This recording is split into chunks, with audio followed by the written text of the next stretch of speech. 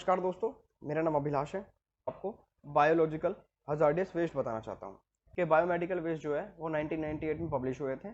20 जुलाई 1998 Indian government के द्वारा, ministry of environment and forest.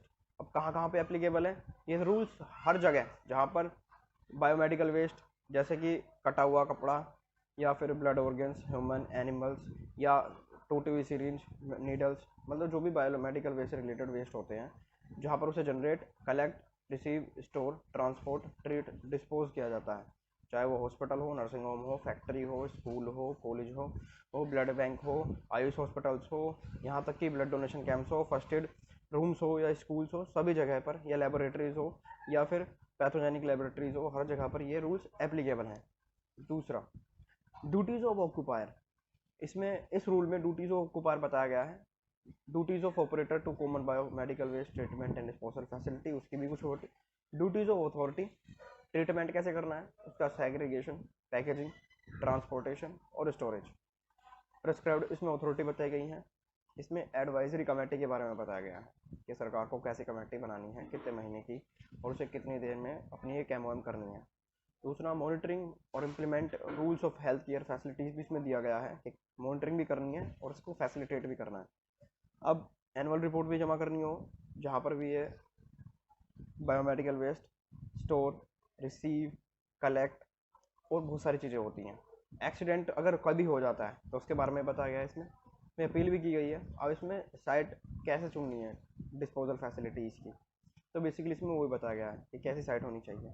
Liability of occupier and operator facility as well as given to it. बात करते हैं हम biomedical waste, जो कि सबसे बड़ी चीज़ है, कैटेगराइज करना। उसको कैसे सेग्रीगेट करेंगे, कैसे कलेक्ट करेंगे, कैसे प्रोसेस करेंगे और कैसे डिस्पोज करेंगे, तो बात करते हैं उसकी। तो बात करते हैं, ये शेड्यूल 1 में इन्होंने दिया हुआ है, जो कि है ब्लैक बैग। ब्लैक बैग क्या होगा? इसमें बेसिकली जो साइटोटॉक्सिक वेस्ट होगा, एक्सपायरी डेट की मेडिसिन होंगी या फिर रेडियो एक्टिव सब्सटेंस होंगे, उस ब्लैक बैग में रखे जाएंगे। दूसरा आता है रेड। इसमें प्लास्टिक की सारी चीज़ें होंगी, जैसे कि निडल के साथ निडल हटी हुई प्लास्टिक की सिरिंज। दूसरा, प्लास्टिक बैग्स, रबर ग्लव्स आदि। ब्लू बैग की बात करें तो इसमें ग्लास वेयर, जैसे टूटी हुई खिड़की, कांच, टूटी हुई शीशियाँ, वो रखी जाएंगी। दूसरी, ग्रीन बैग या ग्रीन डस्टबिन में क्या होगा, उसमें हम जो भी, जैसे टिश्यू है, हमारा ऑफिस स्टेशनरी है या फिर किचन वेस्ट है, वो रख सकते हैं। येलो सबसे बड़ी चीज़ है, इसको कैटेगराइज किया गया येलो में। जो येलो बास्केट होगी या डस्टबिन होगा या बैग होगा, क्लोरिनेटेड या पॉलीक्लोरिनेटेड, उसमें हम ब्लड बैंक्स, कटे फटे ऑर्गन्स, हॉस्पिटल में काम किया हुआ सारा का सारा ब्लड से सने हुए कपड़े सब इसमें डालेंगे। दूसरा, वाइट डस्टबिन या बकेट या फिर कोई भी बैग, उसमें क्या रखेंगे? पहली बात तो वो लीकेज प्रूफ होना चाहिए, पंचर प्रूफ होना चाहिए वाइट वाला। उसमें हम series, surgical gloves, surgical blades, लोहे की चीज़ें, मतलब स्टेनलेस स्टील की लोहे की चीज़ें रखेंगे। दूसरा, जैसे नीडल हो गई, ब्लेड हो गया और सर्जिकल ब्लेड हो गया, और इसके अलावा भी बहुत सारी चीज़ें होती हैं जो कि मेडिकल या एमबीबीएस में या फिर डॉक्टरी पेशे में काम होती हैं, तो वो सब वाइट वाले बिना पंचर के उसमें रखी जाएंगी। अब बात करते हैं डिस्पोज की। अब इनको डिस्पोज कैसे करना है, तो जो भी हमारा ब्लैक बकेट, ब्लैक और रेड होगा, तो उसको डिस्पोजल करने के लिए पहले हमें केमिकल ट्रीटमेंट करना होगा, फिर हम इसको क्या कर देंगे, लैंड फिलिंग कर देंगे। दूसरा, जो भी रेड, जैसे प्लास्टिक थी, हमारी प्लास्टिक थी और बिना नीडल वाली प्लास्टिक की कोई सीरीज थी, उसको भी पहले हमें ऑटोक्लेव करना होगा। इस टेक्निक के बारे में बताता हूँ इस वीडियो के आगे। येलो वाली को हम डीप रोल करते हैं। ब्लू बकेट का जो वेस्टेज होगा उसे भी हम रिसाइकल करके या तो इंसिनरेटर करेंगे, इंसिनेशन, या फिर उसको ऑटोक्लेव करेंगे। ऑटोक्लेव के बाद हम उसे ट्रीटमेंट फैसिलिटी को दे देंगे। दूसरा, अब कलर कोडिंग के हिसाब से हमने कैटेगराइज कर दिया, जिसमें येलो, रेड, ब्लू, वाइट और ब्लैक है। अब बेसिकली जो बात है, plastic bag, type of container, जैसे प्लास्टिक बैग होते हैं या डस्टबिन होते हैं या फिर पंचर प्रूफ कोई भी कंटेनर होता है जिसमें कंटेनमेंट ना हो पाए किसी चीज़ का, तो उनको तो हमने कैटेगराइज कर सकता है। तो येलो वाले जो वेस्ट होंगे उनको हम इंसिनरेशन करेंगे। डिस्पोज कैसे करेंगे? इंसिनरेट करके और डीप ब्रोइल करके। दूसरा, अगर रेड वाला है तो हम ऑटोक्लेव करेंगे, माइक्रोवेव में केमिकल ट्रीटमेंट भी करेंगे। तीसरा, ब्लू और वाइट जो हमारे डस्टबिन का वेस्ट होगा उसको हम इंसिनरेट करेंगे, माइक्रोवेव करेंगे और केमिकल ट्रीटमेंट भी करेंगे, और ब्लैक वाले को डिस्पोजल इन लैंड फिलिंग करेंगे, क्योंकि उसमें हम जैसे किचन वेस्ट आदि ऐसे कुछ डालते हैं। अब आते हैं इन डिस्पोजिंग की मेथड। जैसे मैंने आपको बताया था इंसिनरेटर क्या होता है।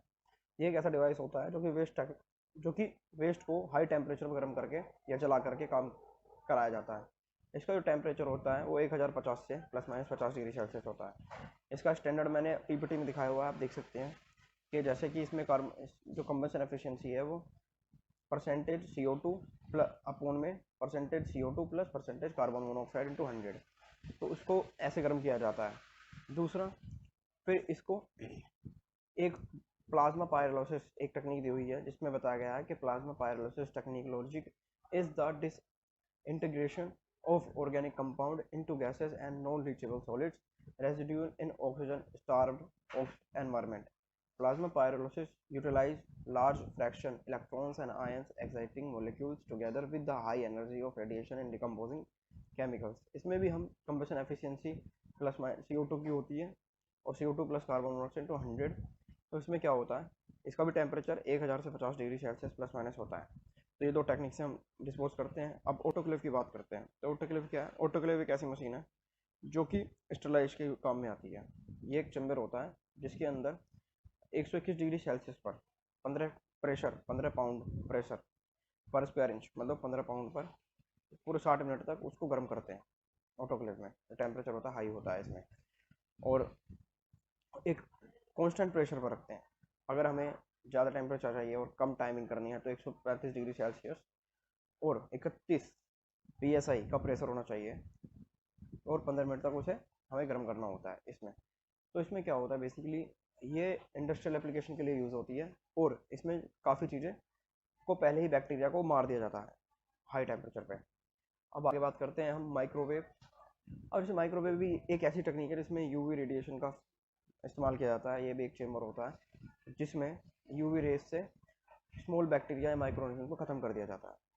अब डीप ब्रूअल क्या होता है, इसमें एक गड्ढा खोदा जाता है बेसिकली, जो कि 2 मीटर गहरा होता है, और उसमें हम सारा का सारा कूड़ा जो बायोमेडिकल वेस्ट है हमारा उस सबको रख देते हैं।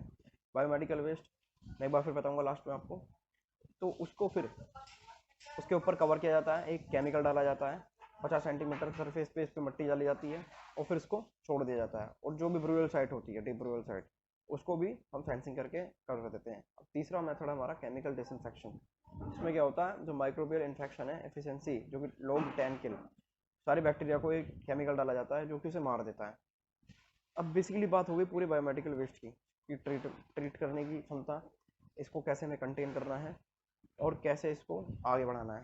इसको पढ़ने के लिए आपको जो कि बायोमेडिकल वेस्ट मैनेजमेंट रूल्स 1998 पढ़ने जरूर पड़ेंगे। ये बस छोटा संक्षेप है।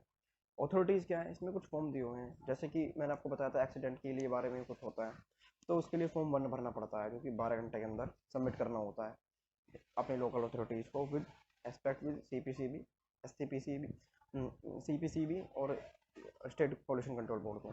फॉर्म 2 में जो है, अगर आपको ऑथराइज लेना है, अगर आप कंपनी में या आपकी किसी भी लेबोरेटरी में या फिर आपके संस्थान में कोई मेडिकल वेस्ट कंटेन हो रहा है, ट्रीट हो रहा है, डिस्पोज हो रहा है, तो कुछ भी हो रहा, तो आपको एप्लीकेशन लेनी पड़ेगी ऑथराइजेशन की। वो फॉर्म 2 में आती है, उसका रिन्यूएबल फॉर्म 2 में है। फॉर्म 3 ऑथराइजेशन, वो एप्लीकेशन हो गई फॉर्म 2, और ऑथराइजेशन हो गया फॉर्म 3।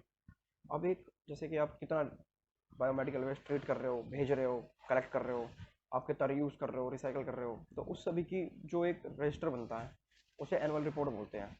तो वो फॉर्म 4 में होती है, जो कि हर सिस्टम को देनी, या हर भी ऑक्यूपायर या फिर फैसिलिटेटर या डिस्पोजल को देनी होती है जून 30 से पहले। फॉर्म फिल जो है, फॉर्म 5 है इसका।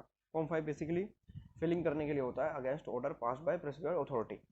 अब मैं आपको बायोमेडिकल वेस्ट फिर से बताता हूँ एक बार। बायोमेडिकल वेस्ट वो है जैसे कि खून से लथपथ कपड़े या अंग किसी जानवर या किसी भी व्यक्ति, किसी विशेष किसी भी चीज़ का, दवाइयाँ, सिरिंज, ब्लेड्स और इत्यादि इक्विपमेंट जो बायोमेडिकल वेस्ट में होते हैं, ये सब बायोमेडिकल वेस्ट में आते हैं। सुनने के लिए धन्यवाद। आपका दिन शुभ हो।